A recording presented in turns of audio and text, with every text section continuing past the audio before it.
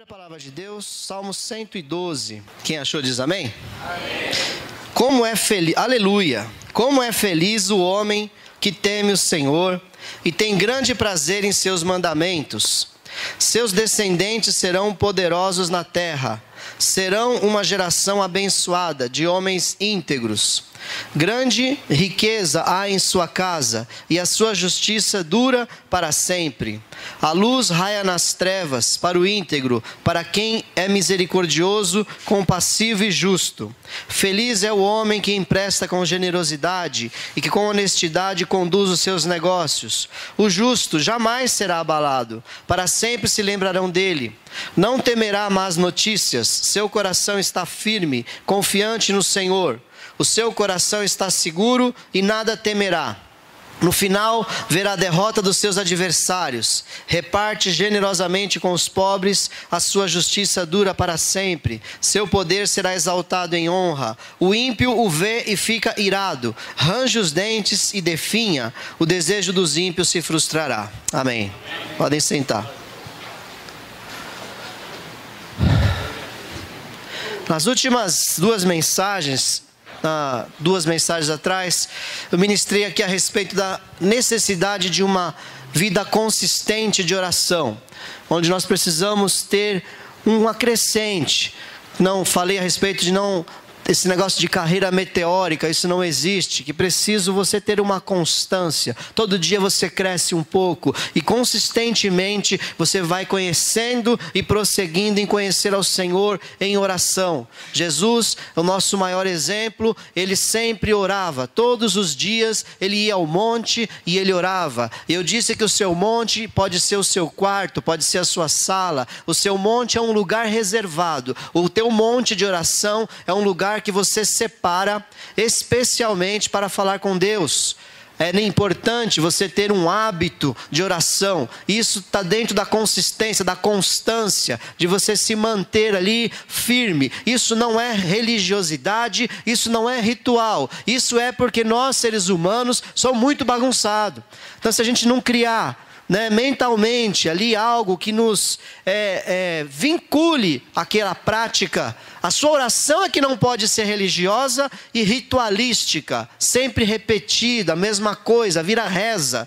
Não é isso, mas você ter um momento, um lugar de intimidade é importante. É importante. Então isso traz constância. Então faça isso. Na segunda mensagem eu falei sobre o tabernáculo e dei destaque ao altar do incenso. Falei dos 5 componentes do incenso: o estoraque, o gálbano, a ônica, o incenso puro e o sal. Eu não vou pregar tudo de novo porque é muita coisa. Então, se você não viu, procure a mensagem, está lá na internet, lá no YouTube, tem link no Facebook.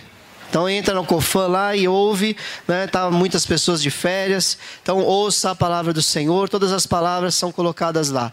Então relembre também, então a nossa oração ela tem um significado também, Tudo na Bíblia tem significado, as coisas são simbólicas, elas têm cumprimento no Novo Testamento. Quando você olha para o Antigo Testamento, você vê aquilo se cumprindo em Jesus no Novo Testamento. Então a nossa oração hoje, diz a Bíblia, diz que o incenso hoje são as orações dos santos. E santo não é aquele de pau, de pedra, de bronze. Santo é todo aquele que é separado do pecado.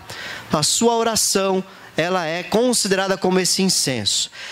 Porém, todo crente, toda igreja é como um pássaro e ele tem que ter 2 asas, senão ele não voa. A primeira asa, já falei bastante, que é a oração. Você precisa bater essa asa. A segunda asa é a palavra de Deus. Se você não tiver essas 2 asas, o pentecostalismo tem um grande, gravíssimo defeito de valorizar apenas a oração e desvalorizar a palavra. Biblicamente, nós não temos um exemplo de um servo de Deus que fez isso. Todos tinham oração e palavra, nenhum a mais, nenhum a menos. É importante você ter as 2 coisas na sua vida, porque senão você vai ver essas aberrações que a gente vê aí fora, de pessoas que buscam poder, pentecostal, poder pelo poder, fé pela fé, fazer sinais e maravilhas, e são enganados pelo diabo. É anjo que fala na igreja, não é mais a palavra de Deus, é sinal que fala, e aí aquela pessoa acha que porque ela tem um dom sobrenatural, que ela não tem mérito nenhum, foi Deus que deu, ela acha que o que ela está fazendo, Deus aprova. Tudo que ela faz, Deus aprova, porque ela ora e a pessoa é curada. Porque ela profetiza e Deus revela o que está acontecendo. Isso não tem nada a ver, porque a gente vê na Bíblia que Deus dá o dom e Ele não retira o dom. Os dons de Deus são sem arrependimento. Então a gente vê essas aberrações porque falta palavra. Jesus ensinou: o meu povo peca porque lhes falta o conhecimento. Por não conhecer, errais por não conhecer as Escrituras e nem o poder de Deus. Precisamos das duas asas, precisamos manter uma vida equilibrada, não é morna, equilibrada na presença do Senhor, tá bom? Esse salmo, ele inicia falando que como é feliz o homem que teme o Senhor e tem grande prazer em seus mandamentos. Então esse salmo todo mostra a vitória daquele que teme a palavra do Senhor, que considera importante. Temor é respeito, é você respeitar alguém, alguma coisa. Temor é diferente de medo. Muitas pessoas têm medo de Deus, têm medo da sua pessoa. Deus é grandioso e com Ele está o perdão para ser temido, é verdade. Só que a Bíblia diz, Jesus disse assim: eu não tenho mais vos chamado servos, tenho vos chamado de amigos. Eu não tenho medo dos meus amigos. Você tem medo dos seus amigos? Não podemos ter medo dos nossos amigos. E Deus, Ele te chama de seu amigo. Glória a Deus. Agora, há uma grande e importante diferença. Ele é Deus e nós somos pó. Ele precisa ser temido, sim. A irreverência é algo que Deus não admite. Irreverência. Então, há um nível de relacionamento com Deus que nós precisamos tomar cuidado. Muita gente brinca com Deus, usa o nome de Deus em vão.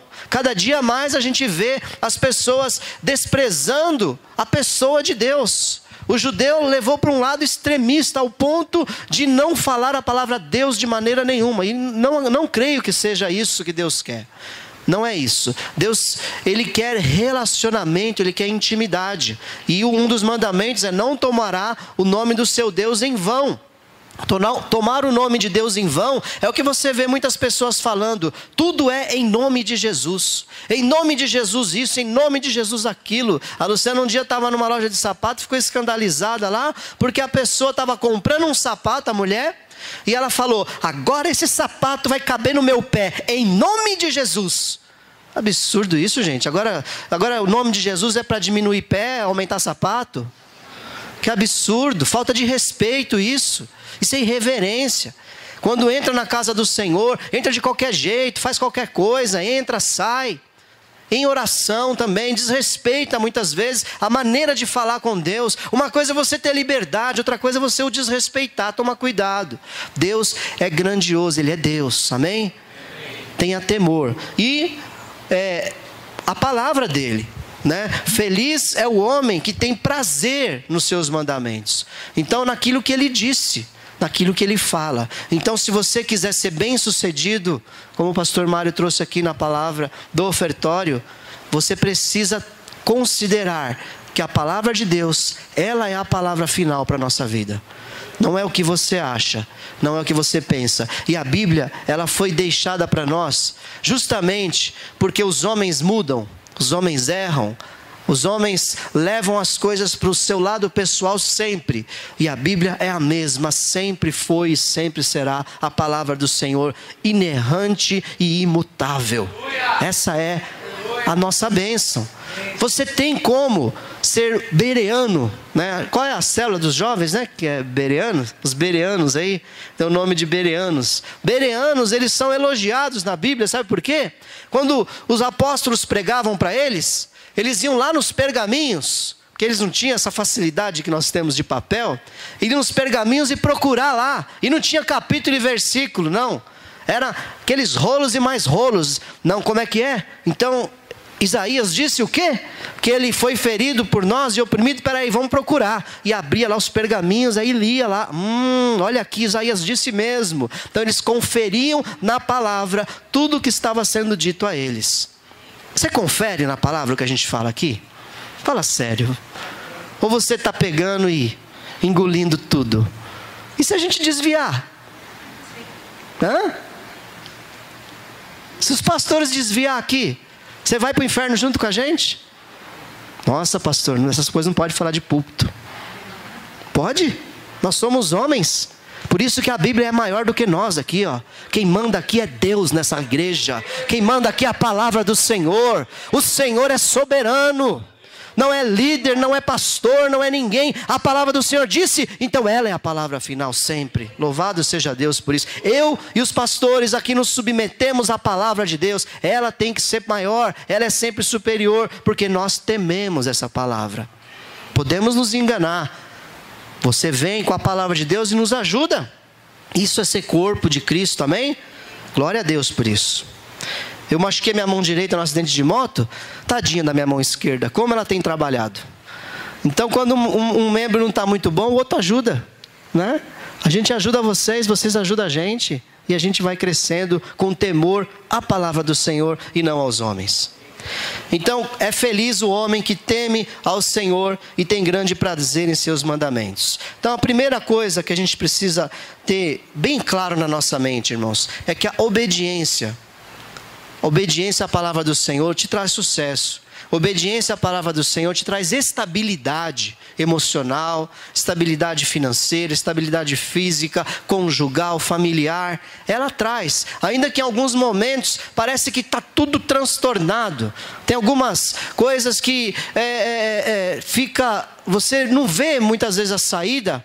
Quando Deus mandou o povo sair do Egito e ir para a terra prometida, no meio do caminho, no começo do caminho tinha um mar fechado na frente deles. Poxa, mas eles estavam obedecendo a palavra do Senhor. Deus mandou eles sair, Moisés seguiu a nuvem, seguiu a direção de Deus.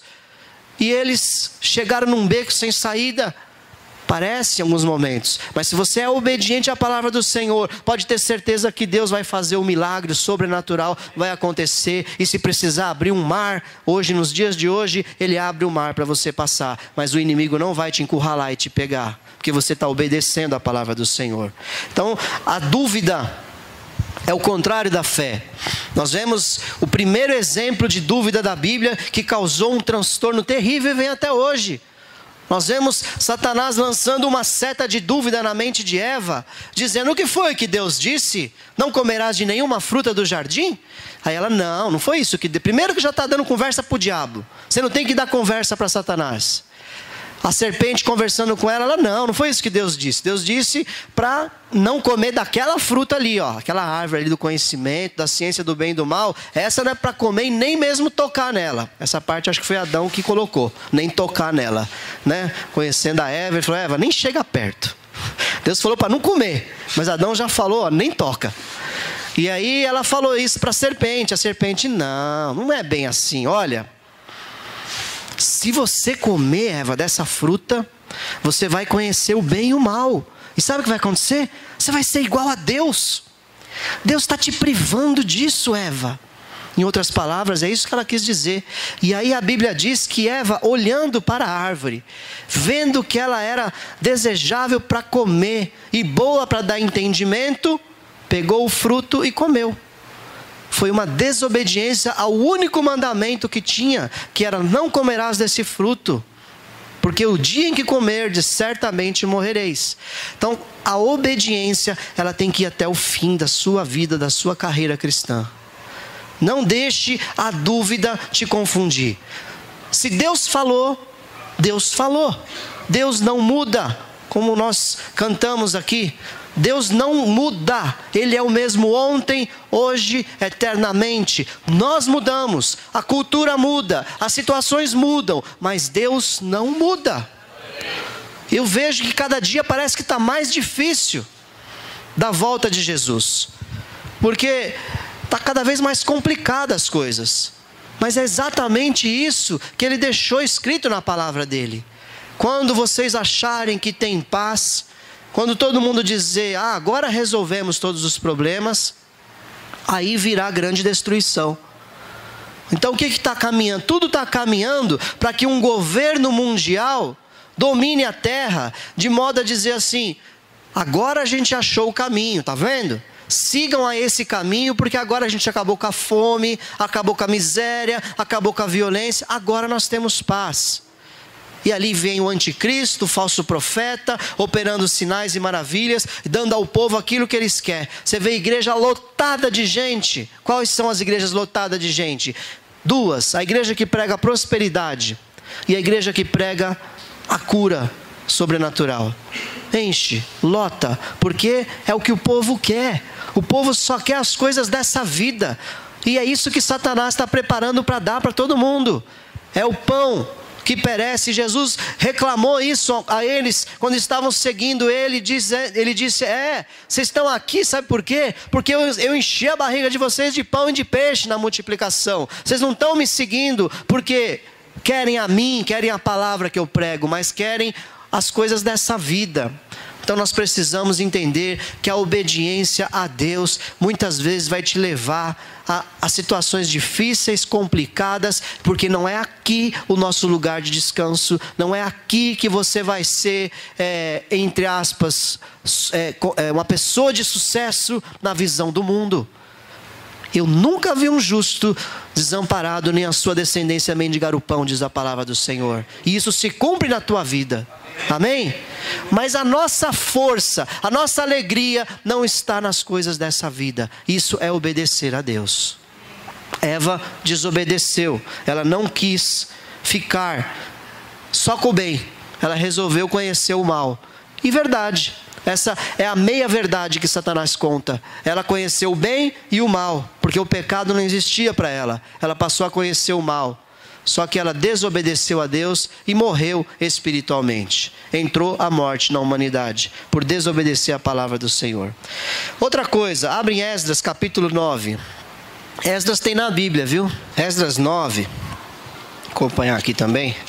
E versículo 4 diz assim: então, todos os que tremiam diante das palavras do Deus de Israel reuniram-se ao meu redor por causa da infidelidade dos exilados. E eu fiquei sentado ali, estarrecido, até o sacrifício da tarde. Então todos os que tremiam. Então ele fez ali, Esdras fez uma reunião e passou o quadro de como que estava a situação do povo de Deus.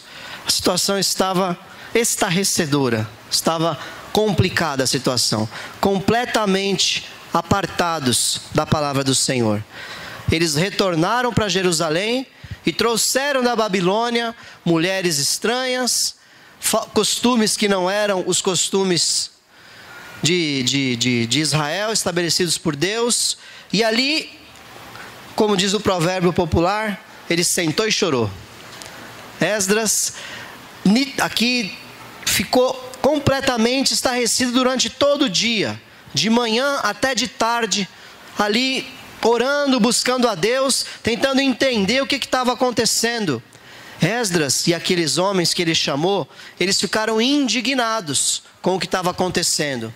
Uma característica de quem ama a Deus e obedece seus mandamentos é você odiar aquilo que Deus odeia. A cada dia mais a gente tem aceitado na nossa vida secular coisas que Deus abomina. Falar de homossexualismo na igreja é politicamente incorreto, mas a Bíblia chama de abominação. Irmãos, deixa eu dizer uma coisa para vocês aqui, presta atenção. Quando um pecado é confrontado, qualquer um deles, é por amor. A Bíblia fala assim no Antigo Testamento: ainda que os seus pecados se tornem vermelhos como a escarlata, todavia eu os purificarei, e vocês se tornarão mais brancos do que a neve. Então Deus purifica pecado, mas o pecado tem que ser denunciado. Então denunciar pecado não é desamor. Não é falta de amor, não é ódio pela pessoa, é ódio pela prática, ódio pelo pecado. Por isso que a Bíblia é o nosso parâmetro, porque a humanidade muda. Hoje, homossexualismo já é quase que obrigatório. Se você não for, você está fora da curva, você está diferente. Daqui a pouco, pedofilia vai ser.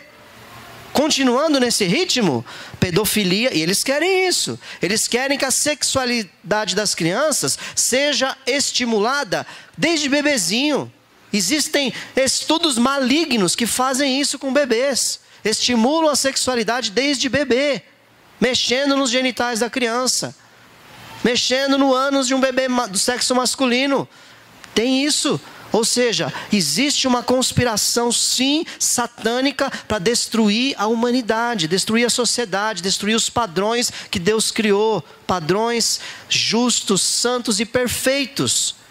Hoje te escandalizou isso que eu disse aqui sobre a pedofilia, mas talvez não escandalize tanto falar do homossexualismo, e Deus abomina as duas coisas. Então nós precisamos odiar a feitiçaria. Feitiçaria, irmãos, é pecado digno de apedrejamento no Antigo Testamento. Deus não aceita feitiçaria. E você, muitos dos seus filhos na sua casa, tem coisas nitidamente consagradas à feitiçaria. Nós precisamos estar atentos a isso e não deixar acontecer isso, porque senão você vai estar compactuando com o pecado. Odeie aquilo que Deus odeia. Seja sábio. Busque o Espírito Santo de Deus. Não existe regras, cartilha aqui dos pastores para dizer, olha, isso pode, isso não pode. Não dá para fazer isso. Não tem como. Mas o Espírito Santo que habita dentro de você, Ele te ensinará todas as coisas e você não precisa ser ensinado por ninguém. É a palavra de Deus que diz isso. Amém? Odeie o pecado, fique indignado, como Esdras sentou e orou todo aquele dia, estarrecido com aquela situação em que o seu povo se encontrava. E aqui a coisa foi tão grave, que eles decidiram despedir todas as mulheres estranhas e com seus filhos de volta para suas terras. As famílias foram dissolvidas aqui.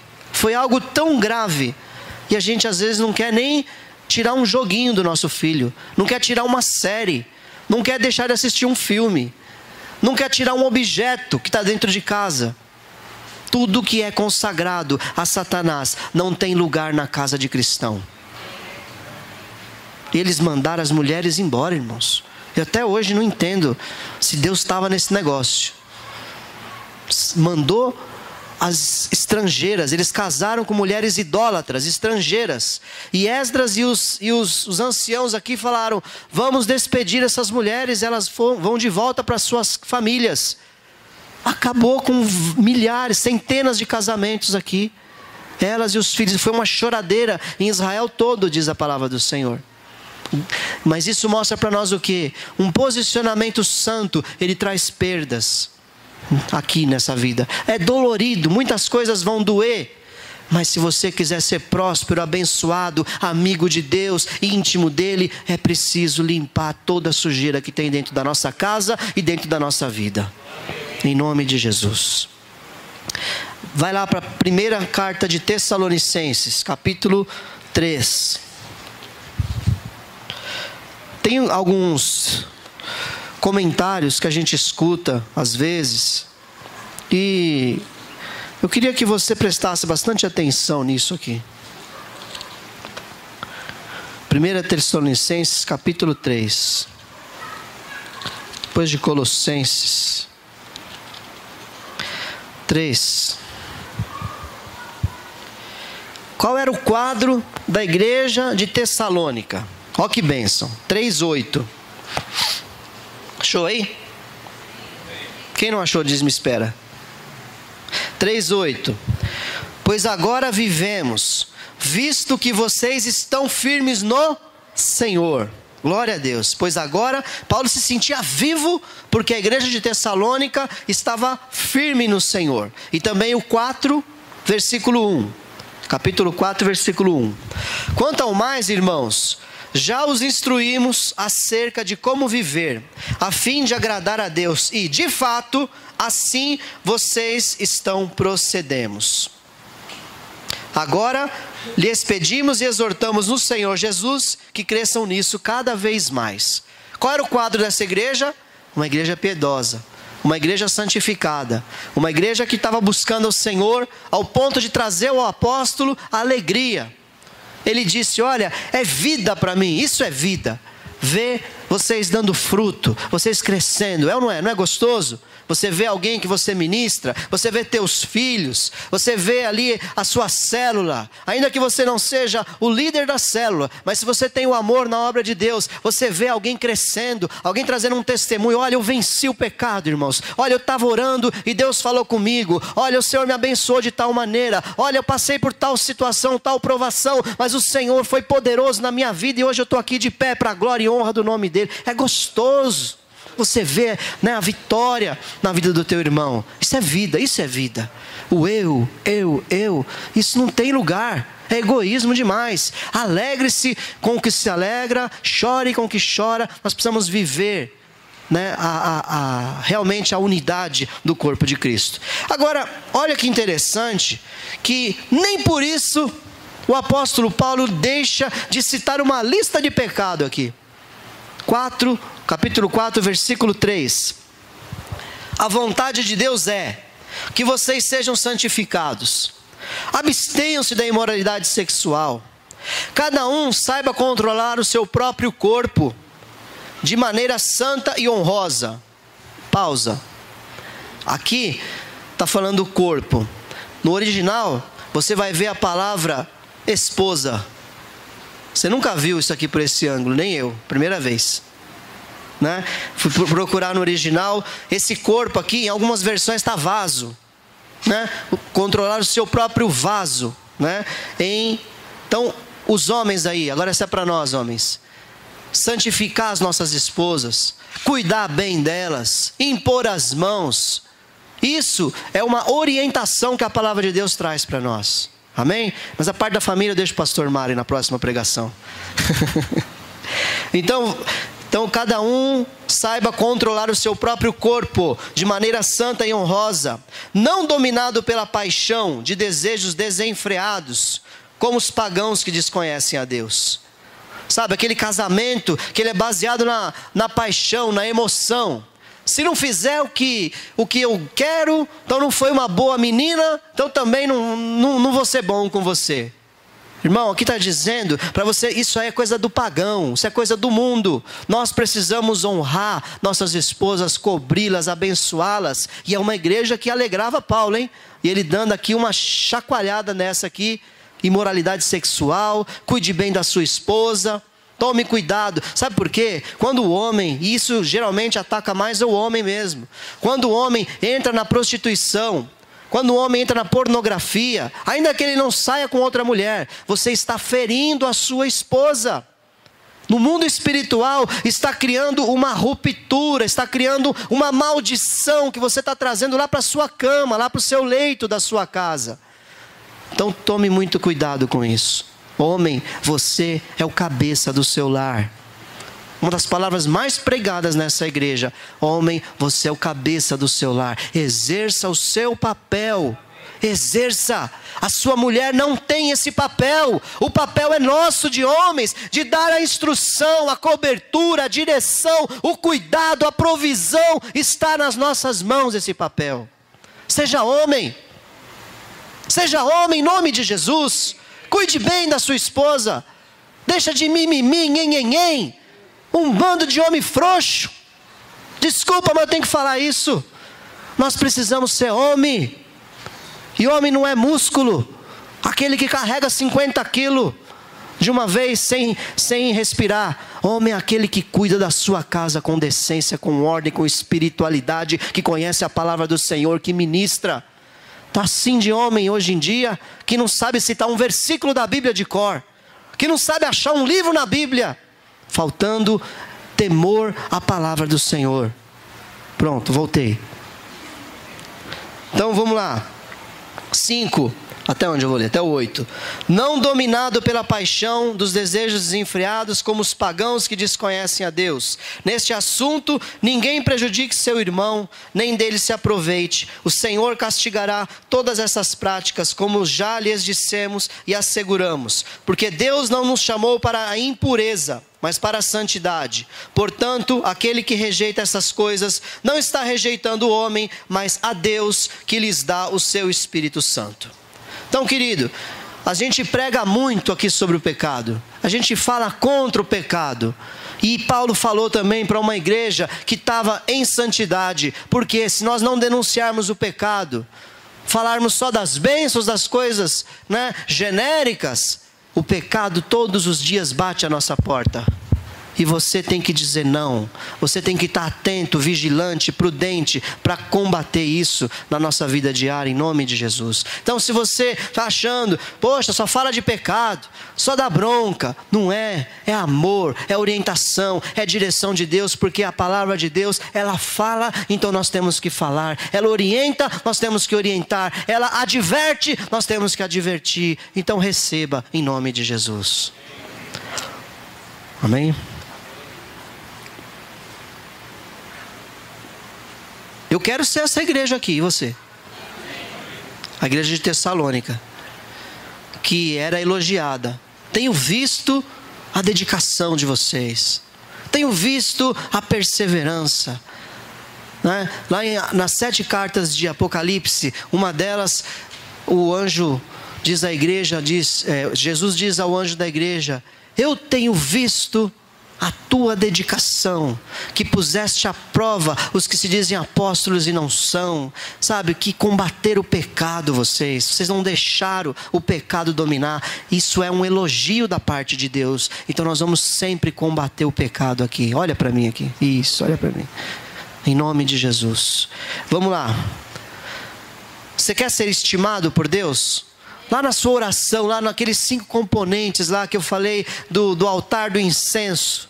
Você quer que Deus te receba, que Deus te abrace? Abre em Isaías, capítulo 66, o último capítulo do livro de Isaías.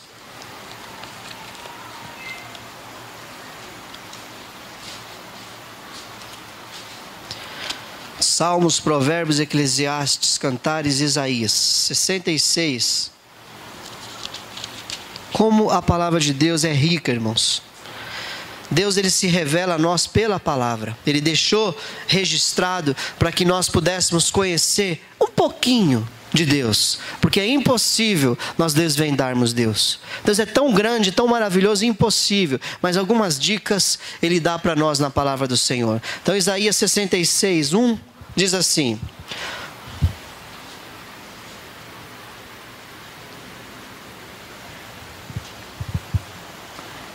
assim diz o Senhor: o céu é o meu trono, e a terra o estrado dos meus pés.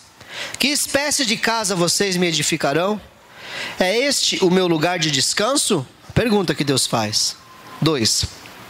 Não foram as minhas mãos que fizeram todas essas coisas, e por isso vieram a existir? Pergunta o Senhor.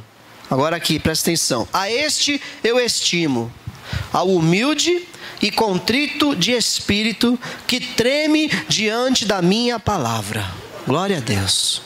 A este eu estimo. Coração quebrantado e contrito, sem soberba, sem arrogância. Pessoa quebrantada, sabe? Uma pessoa que chega na oração diante de Deus reconhecendo. Não é hipocrisia, irmãos, é entender o quanto nós somos pó, o quanto nós somos pequenos diante de um Deus. Ele fala no versículo 1 aqui: você está pensando o quê, meu? O céu é o meu trono. Eu coloco o meu pé em cima da terra, de tão grande que eu sou. Você pensa que não fui eu que fiz tudo isso? Não foram as minhas mãos que fizeram todas essas coisas e por isso elas vieram a existir? Esse é o tamanho do nosso Deus. A ciência, por mais estudiosa que seja, ela não consegue desvendar o tamanho do universo. E Deus é maior do que todo o universo. Ele abraça o universo. Diz a Bíblia que Ele vai enrolar os céus como um livro, como um rolo, e vai fazer tudo de novo. A gente vê a grandeza do nosso Deus. Aí ele fala: A este eu estimo. Em outra versão fala: para este eu olharei. Os olhos do Senhor olhando para quem? Para o soberano, para o grandioso, para o grande rei, para o grande líder, para o grande mestre? Não, para o humilde, para o quebrantado de coração. O Salmo 24, eu quero ler porque eu não quero errar. O Salmo 24 fala uma coisa também muito importante para nós. Fala que do Senhor é a terra e tudo que nela existe, o mundo e os que nele vivem, pois foi Ele quem fundou sobre os mares e firmou sobre as águas. Grande é o Senhor, irmãos. Quem poderá subir o monte do Senhor? Quem poderá entrar no seu santo lugar? Quem? Quem poderá entrar? O próprio provérbio explica, o Salmo explica: aquele que tem as mãos limpas e o coração puro, que não recorre aos ídolos, nem jura por deuses falsos, ele receberá bênçãos do Senhor, e Deus, o seu Salvador, lhe fará justiça. A grandeza do nosso Deus, Ele sempre mostra o quanto Ele é grande, e sempre mostra o quanto Ele quer estar conosco. O quanto Ele quer que aquela sua oração lá do seu quarto seja recebida. Ele quer que a nossa mão seja limpa e o nosso coração puro. E para isso nós não podemos estar corrompidos pelo mundo. E o mundo tem entrado dentro da igreja cada dia mais. Ou a igreja vai para o lado da prosperidade, da cura, ou a igreja vai para o lado do só vou falar de bênção, não vamos falar de pecado. Tem uma grande igreja nos Estados Unidos que custou, se não me engano, 95 milhões de dólares a construção daquela igreja. Tem até McDonald's dentro da igreja, para você ter uma ideia, tão grande que é. E o pregador de lá, perguntaram para ele como que era a pregação. Ele falou: aqui eu não falo de pecado. O sujeito trabalha a semana inteira, aí ele vem para a igreja: vou falar de pecado? Eu falo de bênção. Então eu só falo das bênçãos do Senhor. Está lá, lotada a igreja. 95 milhões de dólares não saiu do bolso dele, saiu dos membros. Então a gente vê que são pessoas que não estão procurando a Deus, não tremem diante da palavra de Deus.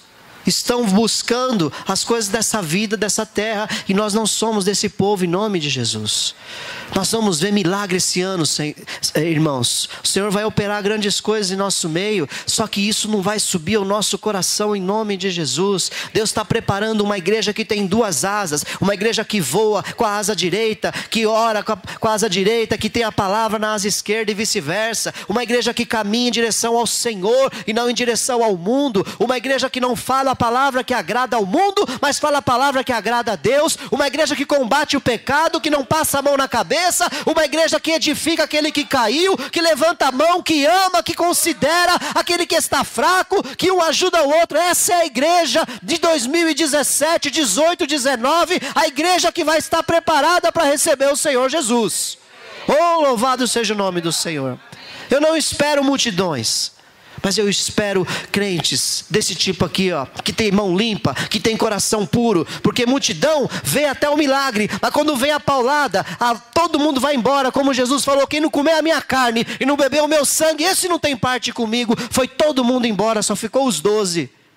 Então muitas vezes as pessoas virão aqui, vão ver o paralítico levantar, o cego enxergar, o mudo, o surdo ouvir, mas na hora que vier a palavra dura sobre eles, vão embora. Os convertidos vão ficar. Aqueles que buscam o Senhor vão ficar. Em nome de Jesus. Salmo 34, 18.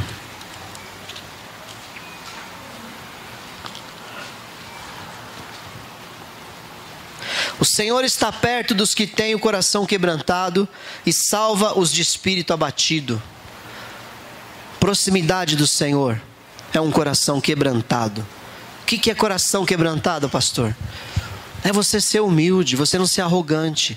É você chegar na presença do Senhor, contando as suas misérias, pedindo perdão, reconhecendo o quanto você é pequeno e o quanto Ele é grande. E a Bíblia fala que Deus está perto desses.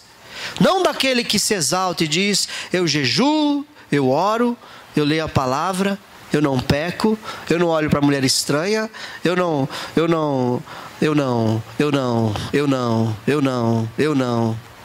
O eu. Agora, aquele que chega na presença do Senhor e fala: Senhor, me perdoa, eu sou um miserável, eu pequei, me purifica, eu não quero cair de novo nesse pecado, me ajuda, Senhor.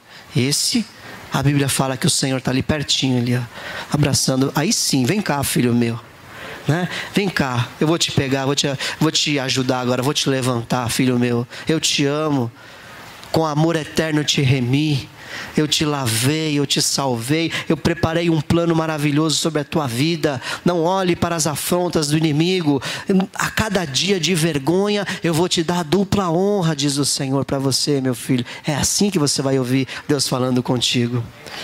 E vamos lá. Os sacrifícios que agradam a Deus são um espírito quebrantado, um coração quebrantado e contrito, ó Deus, não desprezarás. Os salmos são cânticos maravilhosos. Esse é o 51:17.